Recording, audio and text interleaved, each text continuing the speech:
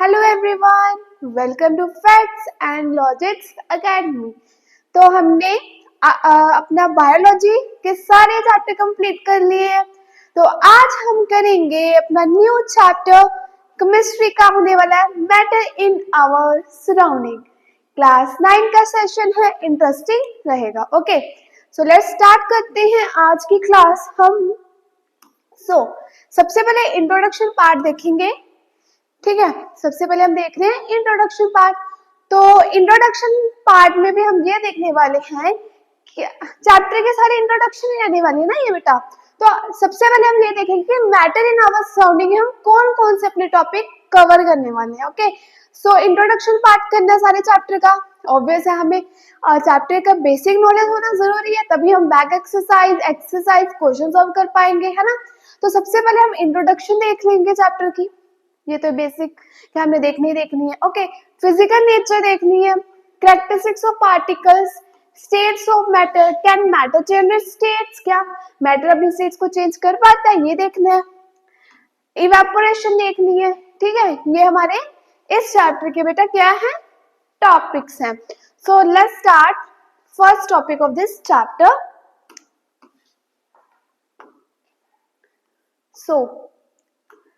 अब first topic आपके सामने है, क्या है मैटर, है ना। सभी को यही कंफ्यूजन है कि मैटर क्या है, क्या होता है मैटर।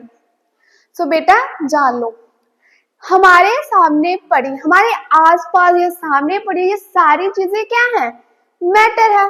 ये पेन भी क्या है, एक मैटर है। मेरे हाथ में ये पड़ा है, ये भी पेन कुछ कुछ स्पेस इसने ऑक्यूपाई बेटा की है, ये भी मैटर है। ओके, अब मेरे पीछे एलईडी है, ये भी एक मैटर है। फैन है, ये भी मैटर है। एयर है, वो भी मैटर है। वाटर है, आइस है, ग्लास है, टिफिन है हमारे पास। ठीक है, ये सारी चीजें क्या मैटर, जिसका कोई क्या है, मास है। ठीक है, मास वगैरह तो चलो आपने फिजिक्स में पढ़ा होगा, बट हमने यहाँ पे देखना कि मैटर क्या है। मैटर हमने अभी अभी जाना कि हमारे आसपास कोई भी चीज पड़ी है वो सब क्या मैटर है। अब सामने मैं आपको कैमरे से पढ़ा पा रही हूँ, तो ये भी क्या है, मैटर है। ठीक है, ये एग्जांपल्स होगी। ठीक है, सो सबसे पहले मैं आपको anything which has mass and occupy some space is called matter. वो चीज कि जिसका कोई मास है और वो क्या ऑक्यूपाई कर पा रही है, कोई स्पेस ऑक्यूपाई कर रही है। अब एग्जांपल दे रही हूँ मैं आपको। सभी के घर में अलमीरा होती है ना, होती है। तो अलमीरा हमने एक साइड पे लगाई होती है ना।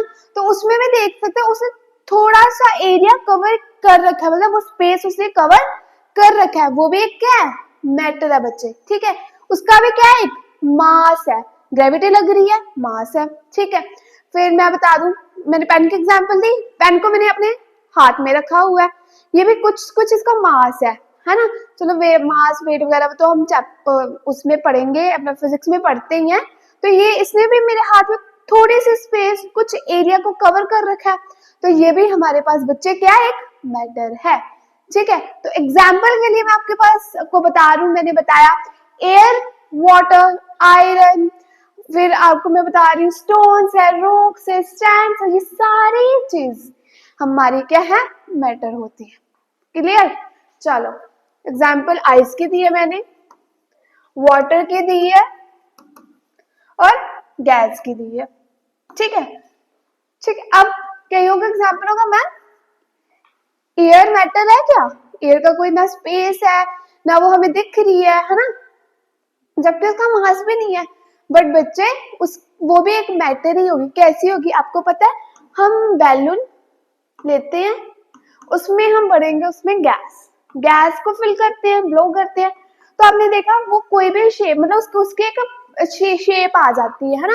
तो हम जब उसको कहीं भी रख रहे हैं, वो भी तो वहां के स्पेस को क्या कर रहा है बच्चे, ऑक्यूपाई कर रहा है। तो वो भी एक एयर भी क्या होगी, मैटर पर हुई कब, जब उसको हमने बैलून में फिल किया, बैलून ने वो चीज को मेरे कहने का मतलब वो एरिया को कवर किया, उसको ऑक्यूपाई करके रखा उस स्पेस को, तो वो भी हमारी एक मैटर हो गई। ठीक है, क्लियर इतना, चलो आगे बढ़ते हैं। पक्का क्लियर है ना। आगे इसके बाद है फिजिकल नेचर। क्या है बच्चे आपके पास? Physical nature of matter. Physical nature क्या है? अब आप किसी को देख के बता पा रहे हो हाँ जी इसका नेचर कैसा है, इसका रंग ब्राइट है, ये इसका फेस ब्लैक कलर का है ना, तो इसका बिहेवियर कैसा हो सकता है। आपके सामने कोई बंदा है खड़ा है आपके सामने, वो रोज आता जाता है ना, तो आप उसको देख के बता पा रहे हो, उसके कुछ अपीयरेंस बता पा रहे हो, ठीक है, तो वो हो गया फिजिकल नेचर। ठीक है, अब फिजिकल नेचर में आप एक चीज पढ़ोगे कि matter is made up of particles. क्या जो हमारे मैटर्स है, जो हमारा मैटर है वो पार्टिकल से बने हैं, ये देखेंगे। ये हमारे दिमाग में एक क्वेश्चन मार्क है। ठीक है, अब एग्जाम्पल मैं आपको बता दूं।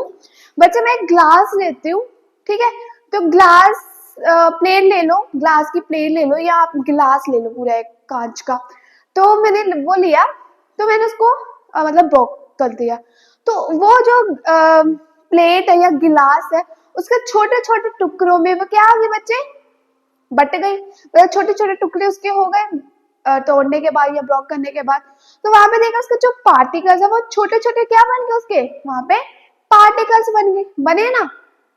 बट पार्टिकल्स बने तो यहाँ से हमें क्या पता लगा, वो पूरे पार्टिकल से क्या बना हुआ था, एक गिलास बना हुआ था या एक प्लेट बनी हुई थी, है ना। तो हाँ जी, हम यहाँ पे बोल सकते हैं कि मैटर जो है वो एक मैटर जो पार्टिकल से ही बनते हैं।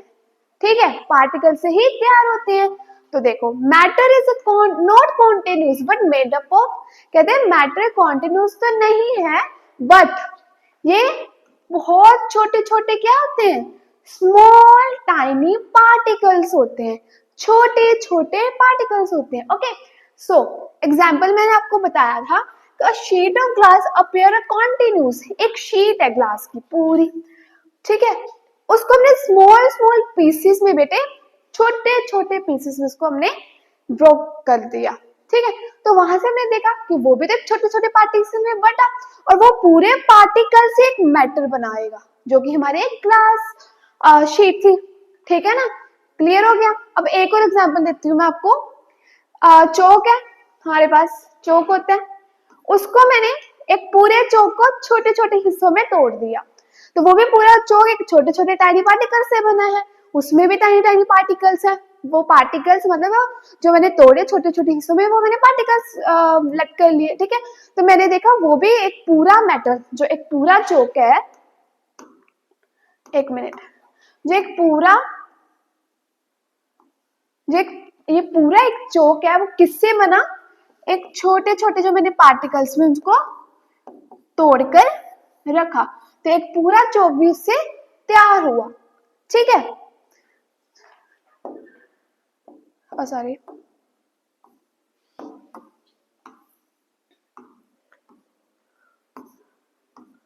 चलो जी, क्लियर हो गया आपको। चलो, इससे हमें पता चलता है अगर यूनिवर्स में देखा जाए तो made up of tiny particles, जो भी कोई भी चीज है या कोई भी मैटर है वो एक छोटे से छोटे पार्टिकल से बना है, कण कह सकते हो, छोटे छोटे कण से बना है। ठीक है, उसमें इंक्लूड एटम्स भी है और मॉलिक्यूल्स भी है, एटम्स भी और मॉलिक्यूल्स भी है। आई होप इतना क्लियर हो गया। ठीक है, आगे बढ़ते हैं।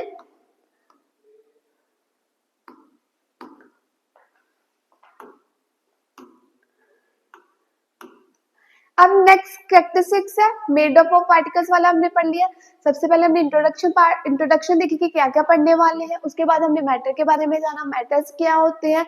अब फिर हमने उसके फिजिकल नेचर के बारे में देखा कि जो मैटर है, कोई भी मैटर वो एक पार्टिकल से, छोटे छोटे पार्टिकल से बने हैं। ठीक है, और एक एग्जाम्पल मैं आपको दे सकती हूँ उसकी, पिछले वाले की, एक मिनट पीछे आते हैं।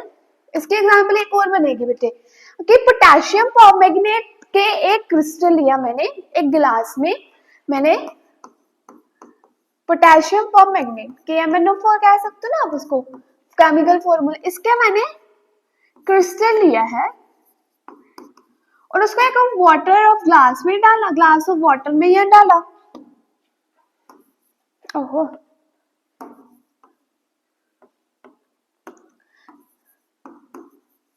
ग्लास ऑफ वाटर में उसको मैंने डाला, तो यार उसको ना विदाउट स्टिरिंग, उसको मैंने स्टिर नहीं किया, मतलब उसको घोला नहीं, कि उसको मैंने जब उसको पार्टिकल में मतलब वाटर ऑफ ग्लास में डाला, ग्लास ऑफ वाटर में सॉरी डाला, तो मैंने देखा कि उसके जो पार्टिकल्स है पूरे पानी में क्या हो गए, फैल गए। ठीक है, एक क्रिस्टल डालने से पूरा मतलब उसको स्टिर आउट, कुछ नहीं है स्टीरिंग मतलब घुलाया नहीं है, उसको सिंपल ऐसे डाल के रखा। ठीक है, विदाउट स्टीरिंग ही देखा कि उसके जो पार्टिकल्स है, उस क्रिस्टल के पार्टिकल्स है पूरे वाटर में फैल गए, जो लिक्विड में भी स्पेसिस था उसमें फटाफट वो क्या हो गए, फैल गए। तो हमें पता लगा वो भी क्रिस्टल भी छोटे छोटे पार्टिकल से ही बना हुआ है। फैलने की बात तो यहाँ पे अभी स्टॉप कर लो, बट मेरा कहने का मतलब यहाँ पे ये है कि वो भी क्रिस्टल एक छोटे से छोटे पार्टिकल से बना है। ठीक है, फिर पानी में वो पूरा फैल गया और उसने पिंक कलर अपेयर कर लिया, है ना। तो यही बात है। आई होप क्लियर हो गया आपको इतना। अब आगे बढ़ते हैं कैरेक्टरिस्टिक्स की तरफ। तो अब हम करेंगे characteristics of particle of matter. तो सबसे पहला कैरेक्टरिस्टिक्स आपके सामने, there are empty spaces between the constituent particles. क्या एम्प्टी स्पेसेस होती है पार्टिकल्स में। ठीक है, सो देखो ये है सॉल्ट। ठीक है, ये क्या आपके पास सॉल्ट, और मैंने गिलास ऑफ वाटर लिया, उसमें मैंने 1 स्पून क्या डाला, सोल्ट डाला, और फिर हमने देखना कि सोल्ट के पार्टिकल्स कहाँ गए, है ना। तो सोल्ट के पार्टिकल्स में जो वाटर में एम्प्टी स्पेस थी बच्चे, उसमें क्या हो गए, वो डिसॉल्व हो गए। यहाँ से हमें ये भी पता लगा कि हमारे अगर हम देखें तो एम्प्टी स्पेसेस होती है कोई भी पार्टिकल्स के अंदर, जो हमारे सॉल्ट के पार्टिकल्स है वो इसमें जाके पानी में जो स्पेस थी, लिक्विड में जो स्पेस थी उसमें जाके क्या हो गए, डिसॉल्व हो गए। ठीक है, मतलब वाटर में लिक्विड में भी हमने ये देखा, ये हमें पता है। एक मिनट,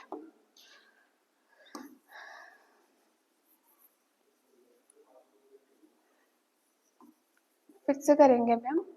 हमें ये पता है कि जो लिक्विड है ना, उसके जो पार्टिकल्स है थोड़े थोड़े दूर दूर होते हैं। ठीक है, थोड़े थोड़े क्या होते हैं, दूर दूर, टाइटली पैक्ड नहीं होते, थोड़े से लूजली पैक्ड होते हैं। और जो इस सॉल्ट के हमारे बच्चे पार्टिकल्स थे वो इस लिक्विड में जाके क्या हो गए, इन पार्टिकल्स के जाग में डिसॉल्व हो गए। इस पार्टिकल में जाके उन्होंने अपने आप को क्या कर लिया बच्चे, एडजस्ट कर लिया। ठीक है, इसकी जगह हम शुगर भी ले सकते थे। ठीक है, शुगर के पार्टिकल्स भी ऐसे ही होते हैं, शुगर के पार्टिकल्स भी ऐसे ही होते हैं कि शुगर को हम जब वाटर में डिसॉल्व करना चाहा तो जो पानी के अंदर जो हमारे पार्टिकल्स थे बच्चे वो भी उसमें क्या हो गए, डिसॉल्व हो गए। पार्टिकल्स जो हमारी शुगर के थे, जो वाटर में जो स्पेस थी ना उसमें एडजस्ट हो गए, क्योंकि वाटर लिक्विड स्टेट में क्या होता है कि लिक्विड स्टेट में जो मतलब थोड़ी सी ये लूजली पैक्ड होती है, टाइटली नहीं होती, लूजली होती है। ठीक है, आई होप इतना आपको क्लियर हो गया। अब नेक्स्ट है कैरेक्टरिस्टिक्स, वही चल रहा है सॉरी। नेक्स्ट है particles of matter are continuously moving. अब कहते हैं कि मैटर के जो पार्टिकल्स होते हैं वो कॉन्टिन्यूसली क्या करते हैं बच्चे, मूव करते रहते हैं। ठीक है, मूव करने का मतलब एग्जांपल देती हूँ आपको। अगर मैंने रूम में एक इंसेंस स्टिक को मतलब मैस्टिक से करते हैं ना हम, वो लगा देते हैं इसको, है ना। तो जो इसकी स्मेल है, जो इसकी फ्रेग्रेंस है, वो मैं कोई और रूम में बैठी होंगी मेरे तक पहुंच जाएगी, है ना।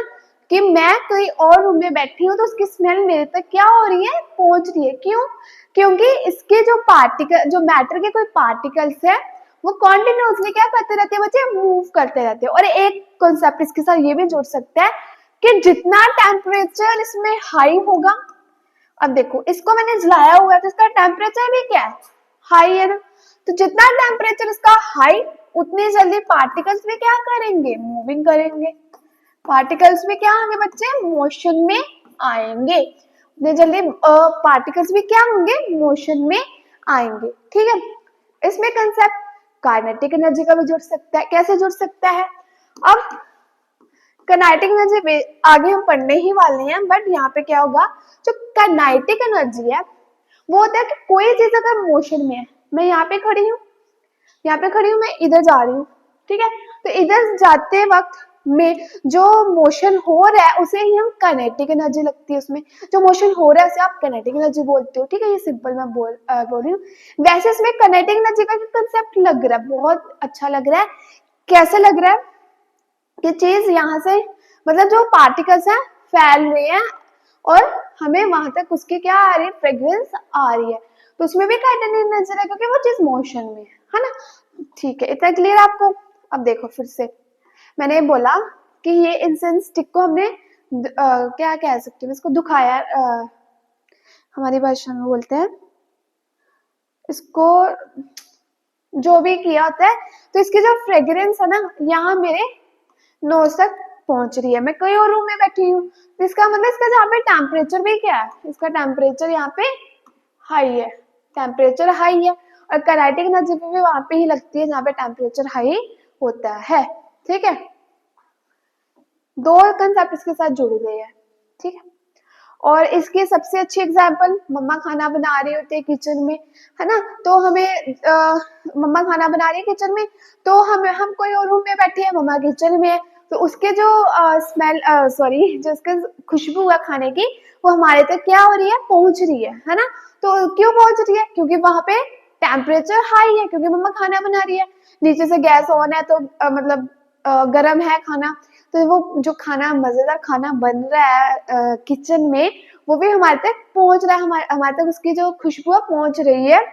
इसका मतलब गैसियस पार्ट में वो मूविंग कर रही है ना, तो उधर टेम्परेचर उसका हाई है, यही कंसेप्ट जुड़ गया। और वहां से लेके पार्टिकल यहाँ तक मूव कर रही है, मेरे तक मूव कर रहे हैं, तो उसमें काइनेटिक एनर्जी भी लग रही है, उसमें मोशन हो रहा है, इसलिए काइनेटिक एनर्जी भी लग रही है। ठीक है, आई होप क्लियर हो गया होगा आपको इतना।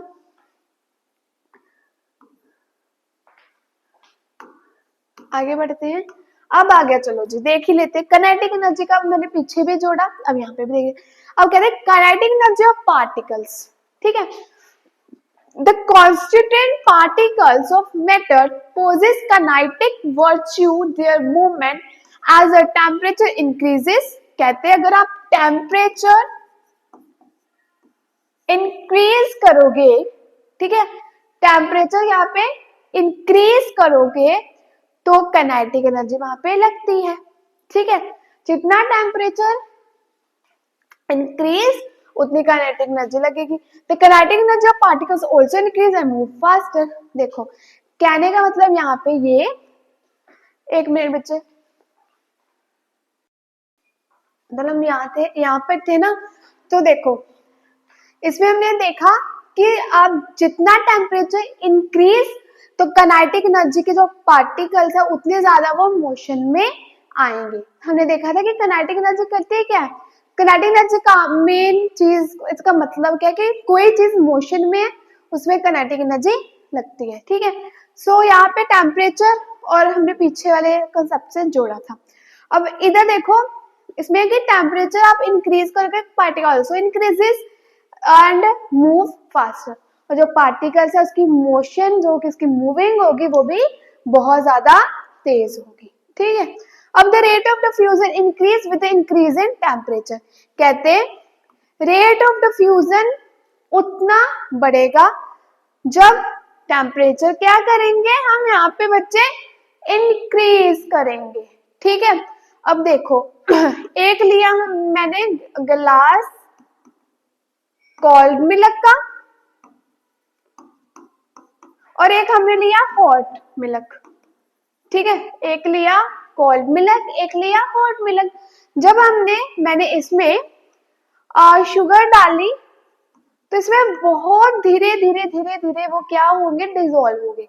जबकि जब मैंने हॉट मिल्क में शुगर डाली तो उसमें बहुत जल्दी क्या हो जाएंगे, डिजोल्व हो जाएंगे। इसमें इसका मतलब रेट ऑफ डिफ्यूजन किसमें ज्यादा, जिसका टेम्परेचर ज्यादा। ठीक है, जितना rate of diffusion increases with increase in temperature, जितनी इंक्रीज होगा टेम्परेचर उतनी रेट ऑफ डिफ्यूजन ज्यादा होगी।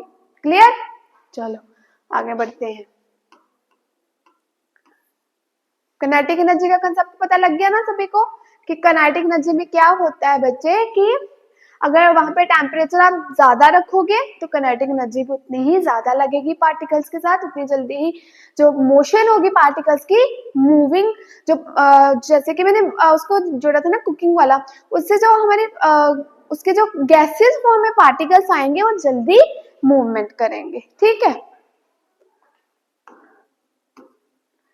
अब नेक्स्ट है आपका particles of matter attract each other. कहते हैं अब जो पार्टिकल्स हैं वो भी एक दूसरे को क्या करते हैं, अट्रैक्ट करते हैं एक दूसरे को। क्यों अट्रैक्ट करते हैं अब देख लेते हैं। सबसे पहले मैं बात कर रही हूँ सॉलिड की, ठीक है। तो सॉलिड की बात कर रही हूँ तो इसमें जो पार्टिकल्स हैं देखो इतने इतने गुचू पूचू हो पड़े हैं, इतने टाइटली पैक्ड है वो, ठीक है, इतने टाइटली पैक्ड है ये, इतने टाइटली पैक्ड है, ठीक है। जबकि लिक्विड में देखो थोड़े से इसके पार्टिकल क्या है, थोड़े थोड़े दूर दूर। अब जब गैसेस की बात करो तो ये तो है ही काफी ज्यादा दूर दूर। तो इसका मतलब the particles of matter each other, this attraction between the particle holds them together. इसका मतलब सॉलिड में सबसे ज्यादा होगी अट्रैक्शन, इसमें थोड़ी सी कम और इसमें बिल्कुल कम। बट यहाँ पे हम ये भी कंसेप्ट देख रहे हैं, सॉरी इसमें हम ये भी चीज देख रहे हैं कि गैस में जो अट्रैक्शन है फोर्स की वो बहुत कम है ना, बहुत ज्यादा कम है, तब भी इसमें फोर्स ऑफ अट्रैक्शन लग रही है। मतलब इसके जो पार्टिकल्स है काफी दूर दूर, वेरी लूजली पैक्ड है ये, तब भी इसमें फोर्स ऑफ अट्रैक्शन क्या बच्चे लग रही है। जबकि अगर इधर देखा जाए तो इसमें सबसे ज्यादा होती है, इसमें थोड़ी सी कम है, इसमें लो होती है, इसमें बहुत कम होती है फोर्स ऑफ अट्रैक्शन, ठीक है। इसमें बहुत ज्यादा कम होती है, क्लियर। देखो इसमें फोर्स ऑफ अट्रैक्शन सबसे ज्यादा, किसकी बात कर रही हूँ, फोर्स ऑफ अट्रैक्शन की बच्चे, ठीक है, फोर्स ऑफ अट्रैक्शन की बात हो रही है। इसमें सबसे ज्यादा, इसमें थोड़ी सी कम और इसमें सबसे लो, ठीक है, क्लियर। अब हम थोड़ा सा रिवाइज कर लेते हैं अपना पुराना वाला, अपना रिवाइज कर लेते हैं और फिर नेक्स्ट बढ़ेंगे इसके साथ। हमने मैटर में देखा, मेमोराइज कर ले टॉपिक को। Matter is made of tiny particles, जो मैटर्स है वो टाइनी पार्टिकल्स से बने होते हैं, है ना, ये तो हमने देखा। This particles attract each other, जो पार्टिकल्स अट्रैक्ट करती है, क्यों अट्रैक्ट करते हैं, क्योंकि सॉलिड में फोर्स ऑफ अट्रैक्शन सबसे ज्यादा, इससे थोड़ी सी कम, इसमें सबसे लो, है ना। सो नेक्स्ट टॉपिक है कि this are the separated empty spaces, और इसमें स्पेस भी होती है। क्यों स्पेस होती है, क्योंकि लिक्विड स्टेट में देखे तो उसमें भी लिक्विड के भी अपने जो स्पेसेस होती है लिक्विड में, ठीक है। अगर हम कोई और पार्टिकल्स में डिसॉल्व करें तो जो उसके पार्टिकल्स होंगे उस दूसरे चीज के, वो वाटर के स्पेस में जाके अपने आप को एडजस्ट कर लेते हैं, ये देखा। फिर फोर्थ में they have tendency to acquire movement, और इसमें इतना क्षमता होती है कि ये मूवमेंट भी बहुत अच्छे से हो जाती है। मूवमेंट वाली हमने काफी सारे एग्जाम्पल लिए है, इंसेंस स्टिक के लिए, अगरबत्ती के लिए, मम्मा खाना बना रहे हैं, कुकिंग कर रहे हैं, उसके देख रहे हैं कि किस तरह से वो मूवमेंट हो रही है हमारे तक, उसकी जो स्मेल है या पहुंच रही है, ठीक है, क्लियर। आगे बढ़ते हैं। अब आ गया यहाँ पे डिफ्यूजन। क्या होता है डिफ्यूजन, डिफ्यूजन के बारे में जान लेते हैं। Diffusion is a process spontaneous intermixing of particle. मोटा मोटा मीनिंग इसका है ये बच्चे इंटरमिक्सिंग होते हैं, ठीक है, इंटरमिक्सिंग होते हैं। कैसे होते हैं, एक ड्रॉप हमने इसमें इंक की डाली, ठीक है, धीरे धीरे धीरे ये पूरे पानी में क्या हो रहे हैं, मिक्स हो रहे हैं, धीरे धीरे पूरे पानी में बच्चे मिक्स हो रही हैं, ठीक है, धीरे धीरे पूरे पानी में क्या हो गई, ये मिक्स हो गए, ठीक है, क्लियर ना, क्लियर हो गया आप सभी को। चलो, this spontaneous intermixing of particle to different type of matter is called diffusion. इसी को हम क्या बच्चे बोल देते हैं? डिफ्यूजन, क्योंकि एक ड्रॉप ऑफ वाटर में इंके डाली, ठीक है, आगे में धीरे धीरे धीरे पूरे वाटर में क्या हो रही है बच्चे? फैल रही है, फिर नेक्स्ट पूरे वाटर में मिक्स हो रही है, तो इसको ही हम डिफ्यूजन बोलते हैं, इंटरमिक्सिंग ऑफ पार्टिकल्स। ठीक है, आगे बढ़े, आगे बढ़ते हैं।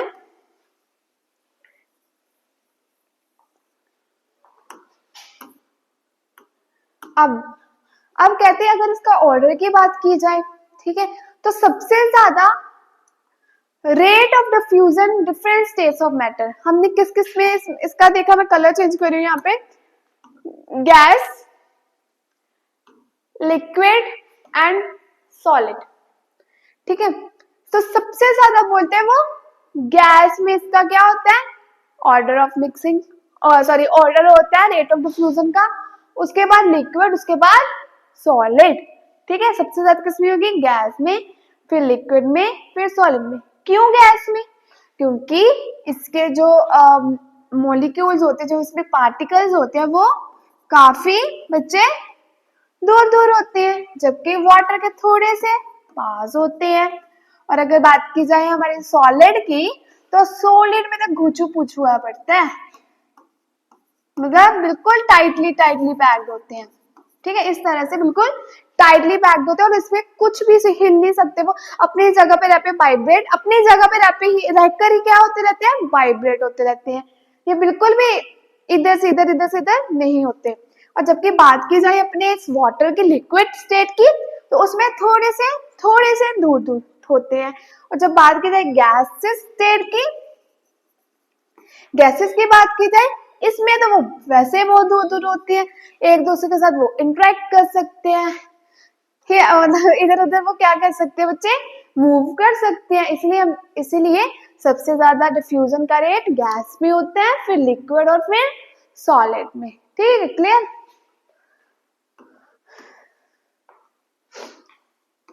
अब आगे बढ़ते हैं। अब हमारा टॉपिक आ गया states of matter. Okay, states of matter आ गया।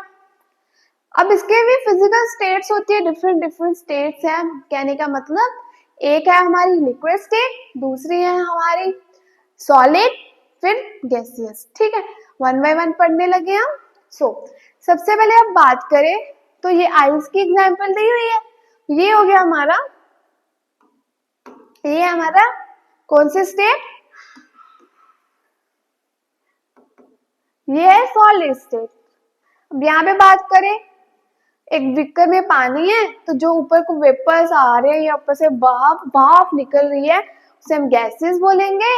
और ये जो है हमारी लिक्विड, ये हमारी जिसमें जो पार्टिकल्स है वो इस तरह से होते हैं, ये होगी आपकी लिक्विड स्टेट।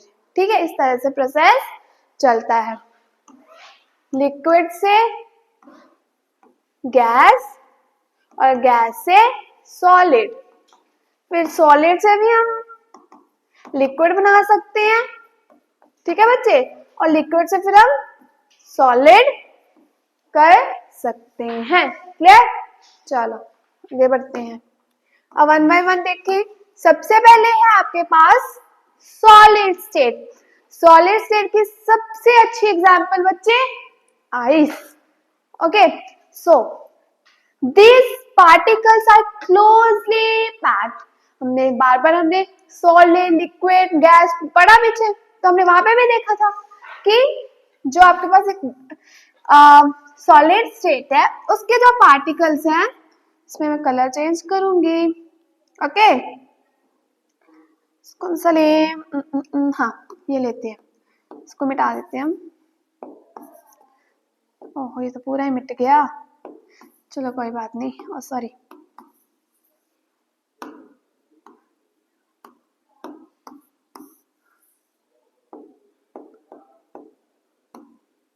और इसमें जो पार्टिकल्स हैं,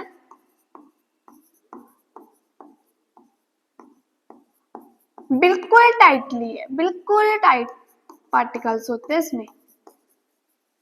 ठीक है, इसके जो पार्टिकल्स आप होते हैं बिल्कुल टाइट है, ये तो एक जगह पे रह पे ही वो क्या करते रहते हैं, वाइब्रेट करते रहते हैं, इधर भी नहीं बच्चे जा सकते, उधर भी नहीं जा सकते, है ना। तो the particles are closely packed, इसके जो पार्टिकल क्लोजली क्या है बच्चे, पैक्ड है। Okay, so hence the interparticle space is extremely small, और इसके पार्टिकल एक्सटर्नली छोटे छोटे छोटे से होते हैं, ठीक है, टाइनी पार्टिकल्स बोल सकते हो आप। The interparticle forces of attraction are very strong, and that is why solids have definite shape and volume. हमने पीछे भी देखा था कि सॉलिड में फोर्स ऑफ अट्रैक्शन सबसे ज्यादा होती है, स्ट्रॉन्ग होती है, क्योंकि इसके पार्टिकल्स टाइटली पैक्ड होते हैं, है ना। तो इसकी वजह से इसकी डेफिनेट शेप है एंड वॉल्यूम है। क्लियर, ठीक है, आगे बढ़ते हैं। एग्जाम्पल आप आइस ले लो, ये है एग्जाम्पल। ओके, अब आगे इसकी प्रॉपर्टीज। अब प्रॉपर्टीज क्या कहते हैं, सबसे पहली प्रॉपर्टी, सबसे अच्छी प्रॉपर्टी कि इंटरमॉलिक्यूलर फोर्सेस क्या भाई इसमें सबसे ज्यादा है, स्ट्रॉन्ग है, इसमें स्ट्रॉन्ग फोर्सेस होती हैं, ठीक है, सबसे अच्छी एग्जाम। अब प्रॉपर्टी तो यही बन गई। नेक्स्ट है the solid has fixed shape and volume. हाँ जी, ये फिक्स्ड शेप और इसका फिक्स्ड वॉल्यूम होता है भाई, ठीक है। So the solids are rigid structure, इसका स्ट्रक्चर एक रिजिड होता है, क्यों, इसमें एग्जांपल आप रिजिड की ब्रिक ले सकते हो ना, ठीक है, ब्रिक ले सकते हो, मतलब इसको आप चेंज नहीं कर सकते, एग्जाम्पल बिल्कुल रिजिड पक्की वाली। सॉलिड्स आर इनकम्प्रेसिबल, आप इसको कंप्रेस नहीं कर सकते। अगर आपने किसी चीज को कि भाई इसको कंप्रेस कैसे करेंगे, क्योंकि ये तो आगे ही इतने टाइट हो पड़े हैं, है ना, तो आप इसको कंप्रेस भी नहीं कर सकते, अब इसको दबा दबा के कंप्रेस थोड़ा ना करोगे, तो इसके लिए ये इनकम्प्रेसिबल होते हैं, ठीक है। ये तो हमने पता लगा कि क्लोजली पैक्ड होती है इसके पार्टिकल्स, और स्ट्रॉन्ग इंटरमॉलिक्यूलर फोर्सेस है, स्ट्रॉन्ग फोर्सेस ऑफ फ्रिक्शन है, दोनों बात एक ही है। आगे बढ़ते हैं। अब नेक्स्ट है लिक्विड स्टेट बच्चे। अब आपके सामने आ गया liquid state. So liquid state हमारा water, okay, water is example is best for this.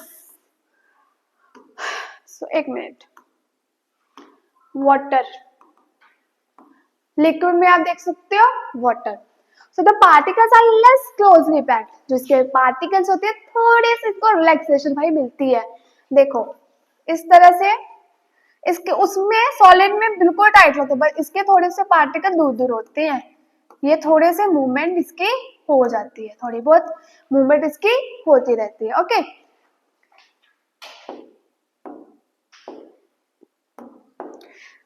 hence the interparticle forces of traction are not strong as those in solids. Those in solids they have little space between them. So इसमें as compared to solid जो force of attraction है थोड़ी सी बच्चे कम होती है, ठीक है, थोड़ी सी कम होगी, एंड इसमें जो स्पेसिस है कहते हैं लिटिल स्पेस इसमें होती है, जबकि सॉलिड में नहीं होती, थोड़ी थोड़ी स्पेसेस में होती है। ओके, ये भी पता लग गया। आगे बढ़ते हैं हम। अब देखो इसकी प्रॉपर्टीज है, इसकी भी सबसे अच्छी हमारी एक प्रॉपर्टी हमें मिल गई, जिसमें लेस इंटरमॉलिक्यूल फोर्स होती है, फोर्स ऑफ अट्रैक्शन थोड़ी सी कम होती है, इंटरमीडिएट होती है, इंटरमीडिएट मतलब बीच वाली, ना ज्यादा कम ना ज्यादा ज्यादा, ठीक है। So the liquid has no fixed shape and fixed volume. So liquid की ना ही कोई फिक्स शेप होती है, ना ही इसका फिक्स वॉल्यूम होता है। क्यों नहीं होता, अगर आप कोई लिक्विड को एक मग में डालोगे वो वैसे ही शेप ले लेगा, कोई फिक्स शेप तो नहीं है ना, बस वही। The liquid has no rigid structure, इसका स्ट्रक्चर भी क्या बच्चे रिजिड नहीं होता क्योंकि लिक्विड है। Liquid are incompressible, liquid incompressible है। क्यों इनकम्प्रेसिबल है, क्या पानी को एक कंटेनर में डाल रहे हो, क्या उसको दबाओगे, हाँ पानी इतना डालना और इसको दब नहीं ना, तो बस ये इनकम्प्रेसिबल है, ठीक है। फिर the liquids can flow easily, obvious है लिक्विड है तो फ्लो इजीली करेगा, पानी ऐसे डालिए चलो फ्लो हो गया, ठीक है। आगे बढ़ते हैं। अब नेक्स्ट है आपके पास गैसियस स्टेट्स, ठीक है। सो गैसियस में इतना मजा है ना, वो खुली तरह से घूम सकता है भाई, इधर उधर इधर घूम सकते हैं। कैसे? क्योंकि इसके जो पार्टिकल्स है काफी ज्यादा बच्चे दूर होते हैं, इसमें बहुत ज्यादा स्पेस होती है। Okay, so the particles are very large, hence interparticle forces are weakest, और इसमें जो फोर्सेस है वो बहुत ज्यादा कम है क्योंकि इसके पार्टिकल्स भी दूर है और फोर्स ऑफ अट्रैक्शन भी कम है। Thus, the particles of gas are completely free to move about in the whole space and available to them. So, इनको मूव करने के लिए बहुत सारी इसमें क्या होती है बच्चे? स्पेस होती है। Okay, clear? अब इसकी प्रॉपर्टी देख लेते हैं हम। इसकी नेक्स्ट प्रॉपर्टी है the particle of guys have week intermolecular force attraction between them. हमने शुरू में ही पढ़ा कि गैसेस में फोर्स अट्रैक्शन सबसे कम है, याद रखना। फिर the gases of neither have definite shape और नॉन डेफिनेट वॉल्यूम। आप जिस तरह इसको गैस को ब्लो करोगे बैलून में वैसे ही वो शेप ले लेता है, इसलिए हम कह सकते हैं इसका ना ही डेफिनेट शेप है ना ही इसका वॉल्यूम है। Gas has no rigid structure, so rigid structure नहीं है क्योंकि गैस है तो फैलती है। गैस इज कॉम्प्रेसिबल, ये कॉम्प्रेसिबल होती है। अगर आप सिलेंडर में गैस बनाना, उसका प्रेशर कम कर करके उसमें और ज्यादा गैस भरवा सकते हैं। The gases can flow easily, yes gases भी इजिली फ्लो कर सकती हैं। ओके, क्लियर इतना? सो क्या क्या पढ़ लिया हमने? सबसे पहले इंट्रोडक्शन देखा, मैटर के बारे में पढ़ा, फिजिकल नेचर पढ़ी, करैक्टरिस्टिक्स पढ़ी, फिर उसके बाद हमने matters, solid, liquid and gas के बारे में पढ़ लिया। क्लियर हो गया आपको आज का सेशन? ठीक है, सो अब आज के लिए बस इतना ही है। ठीक है, आज के लिए हम इतने ही टॉपिक कवर करेंगे। अब नेक्स्ट क्लास में हम अपने नेक्स्ट टॉपिक कवर करेंगे। अगर आपको आज का सेशन अच्छा लगा तो प्लीज लाइक शेयर कमेंट करें। अगर कोई डाउट है तो कमेंट सेक्शन में पिन कर दें। Thank you.